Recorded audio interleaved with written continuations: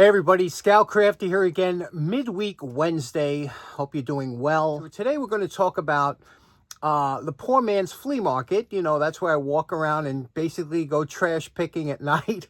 But I do it on homes that I know are moving and things like that, that I always usually get some good stuff. And what I want to start off with is a really interesting story.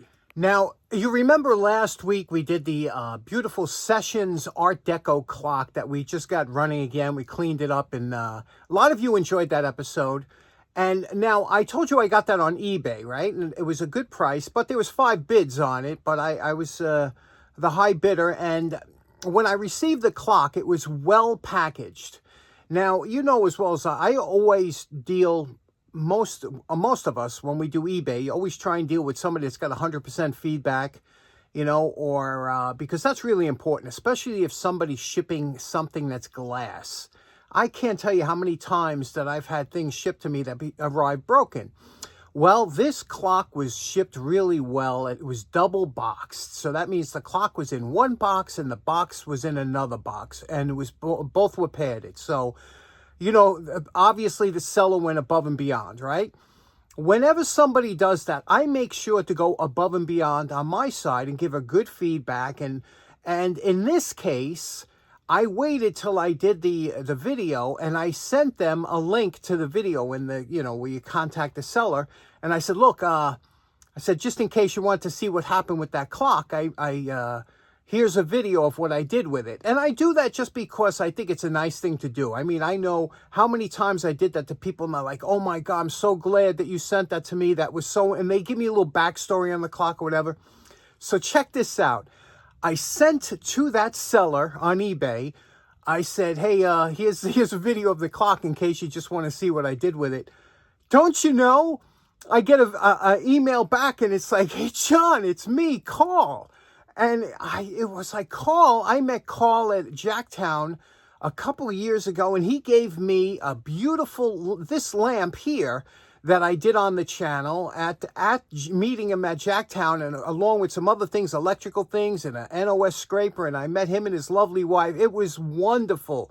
And I can't believe what a small world, right? Here it is. I never would have known.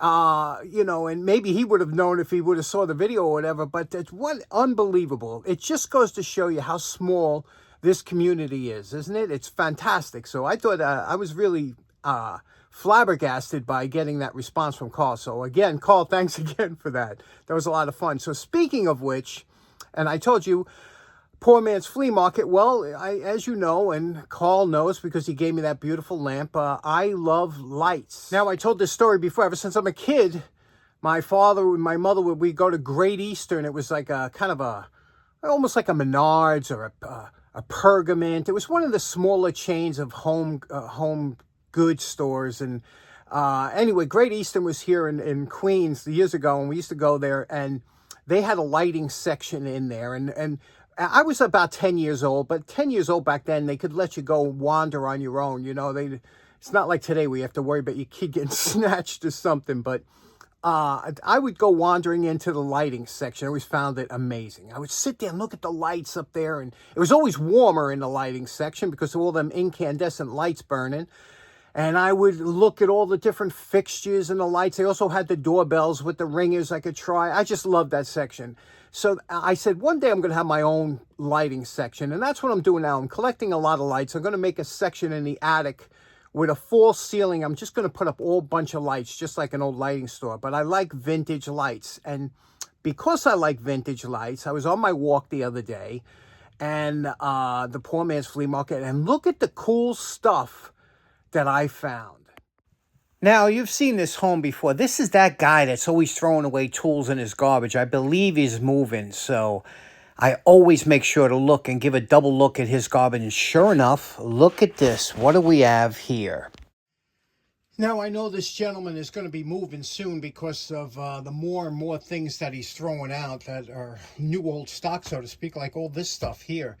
This, now, I don't want to be a certified trash picker where I'm just going through garbage. I just pick if I see it laying there or it's on top. I'm not about to start. I can only imagine was it at the bottom of this trash can, and I didn't go through. I just grabbed what was on top. stuff that I knew I could use, like obviously that's steel wool. Now, as you know, steel wools come in grades from fine, quad O, we call quad O, triple O, double O, all the way to number 3, which is the most coarse. And this is number 1, which, believe it or not, I don't have any number 1 steel wool, so that was a good find. Paint strainers, new old stock, new in the bag, but these go over a 5-gallon bucket, and you could strain paints or stain, whatever you have to strain. 3 bags of assorted drum sanders, new. 3 drum sanders are great. If you don't have a drum sander or drum sanding kit, you can put them on your drill or your drill press, and they're fantastic to have. Here's one he made. It looks like a homemade. He probably lost the shaft that was on here. Normally the shafts look like this, which you can make yourself. And as you tighten it up, the rubber drum expands, and that's what keeps it on here. These are easily cleanable, which I'll show you in a minute. But he has a bunch of drums, you know, new old stock or not used. And even if they're a little bit out of shape like this, don't worry about it. Once you put it on the drum, it straightens right out. As long as the grit is good, it's going to work great. Even sandpaper like this. I always tell people, if you ever get a belt that breaks on your belt sander, never throw out the sandpaper. This one here, you might think, well, it's used, but it's not. It cleans right up, and I'll show you how to do that in a second. But what a great find. This thing here is a thing really interesting. There's a system called a Prevail spray. You can get these at auto body shops and things like that. This is a power unit, okay? And what it is, when you buy the kit, it comes with a jar, okay, on the bottom of this. And so what it looks like, here's the system, okay? It's a sprayer. It's filled with propellant. And the jar looks like a baby jar. You fill with touch-up paint, automotive paint, thinned out paint, enamel, whatever you want. You spin it on here, and it sprays just like an aerosol can. So this is great if you want to do touch-ups on your car or something like this. You can get the automotive paint, the exact color, and this comes with a little tube that you put on the bottom here. You see, like this, and it goes into the jar. And it works great. I use this a bunch of times to spray different things because you could buy automotive paint.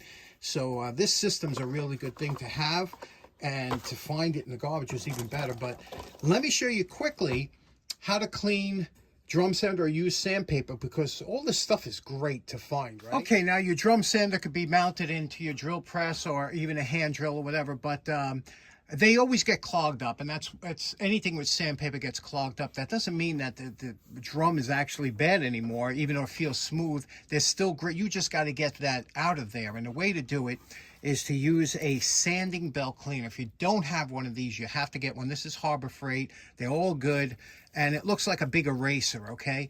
And I use this for belt sanders. Every time you finish using it, you clean it up before you put it away.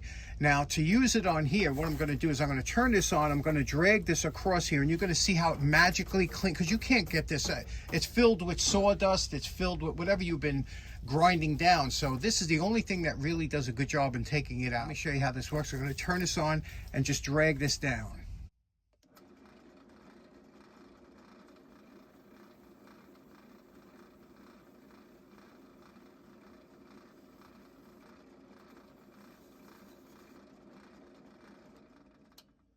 And there we go. This is now, it feels gritty again. You can't beat, this is the way to go. Everybody needs one of these sanding belt cleaner anytime you use your machine with sandpaper. Next up, another day, right around the corner from me, I saw in another home that's moving eventually, because I see or they're redoing the insides. I found these. Now, you know what these are? I'm sure you probably know what these are, but you don't recognize it from seeing it in this way. These are recessed lighting, okay? And here's the covers that go on it. Now, there were 3 in the garbage, but I grabbed 2, the best I can get. You see how this goes on here? It's got a fluted lens, and this was, now, every basement here in the city that was refinished back in the 60s and 70s had these lights in the ceiling, because what you would do is very simple to install. You know, you just screw them along 2 beams or whatever, and had a light bulb and a cover, and it was always paneling or something. Remember in the old basements years ago? I never liked a furnished, I was like an unfurnished basement, but you know, that was the thing back then. People wanted more room or whatever. So these lights, now they're well made, heavy steel. This is heavy glass lens, right? The problem is that these things have gotten crazy expensive. Now, as you know, I like vintage light fixtures, getting back to the whole light thing.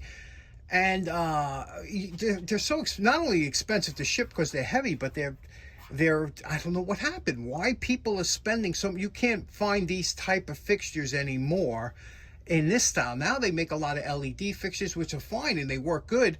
But I don't know why there's such a demand for these old type fixtures and why they command so much money. Look at the prices on some of these. It's insane. And it's not just like this guy's putting it out there. I mean, look how many watches you have, how many people are looking at this thing. So anyway, nice porcelain socket. I figured what we'll do is we'll clean up one of these. I want to show you what it looks like. We're going to clean up one, and I'm going to show you how these how you could take a fixture like this. There's nothing wrong with them. They'll work forever, and you can always put an LED bulb in there. So let's do that real quick. Now you see it's got a nice porcelain fixture here, and the reflector is just an aluminum corrugated reflector, which we'll clean up. But I want you to see the name of who it is. This is made by Atlas. Can you see that? Atlas Electric, and you can see it's Underwriters Laboratory Recess Type. And there is the seal.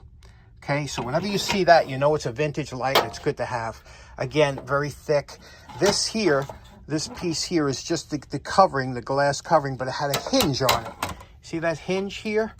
This hinge screwed into one side here.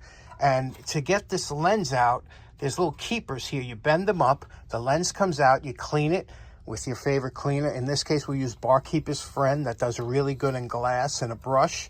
We'll clean that out, clean everything up, put a bulb in, and see what it looks like. Okay, now we cleaned out the inside here, got rid of any debris that was left in here. Now I'm polishing the corrugated part here, and I'm using Noxon. It's a metal polish that works on all the metals, and this is just like I said, a corrugated aluminum. You can see I did the bottom half here, and the top half still has to be done. You could see it's just, it gives it a little bit extra shine. I also did the socket to clean that out, polished it with Noxon. It just makes the bulb that much easier to go in. And then we'll be finished with this. Okay, next we're dealing with the bezel. The bezel is nothing more than you can see it's got a little bit of a surface rust on there. And if I guess where it was mounted. And we'll pop the glass out again. You just lift these tabs up like that, and the glass will lift them up all but one side, so you can easily slip it in and out. We'll take the glass out, hit this with a little Brillo. Brillo is it's a steel wool that's impregnated with soap. Works really good. Let's do that. Okay, this is just with the Brillo. You see I got it clean. We're going to hit it with a little polish. Now, you could always spray this color of your choice. Okay, there we are. We polished it up. Now we cleaned the glass. There's a little screw here that you unscrew. And the hinge, you could see it's on the hinge here. We'll open it up and we'll put a bulb in. And the bulb we're going to choose for this one here is one of those string light bulbs. It only uses a watt. Has a 10-watt equivalent, but the reason I want this is because, like I said, I can leave it on all the time. Let me show you what it looks like. Let's plug it in, see what it looks like. Okay, there we go. You could see here that this fluted lens really does make a nice difference. And let's see what it looks like in the dark. Okay, here we go. The auto dimming feature of the phone really helps out here. You can see the fluting of the lens. It's very bright. It does shine up here, and you can see the chrome rim around the outside here. Just a lovely light. It boggles my mind why these things go for so much money online, but what do you think of that? Okay, kind of a quick one today. I know that you guys get bogged down with commercials if the videos go too long. You gotta get that YouTube Premium. Forget watching commercials. It's horrible. Anyway, if you do remember those square recessed lights, let me know in the comments. Hope you have a great day. We'll see you again on Friday. Take care now. Bye-bye.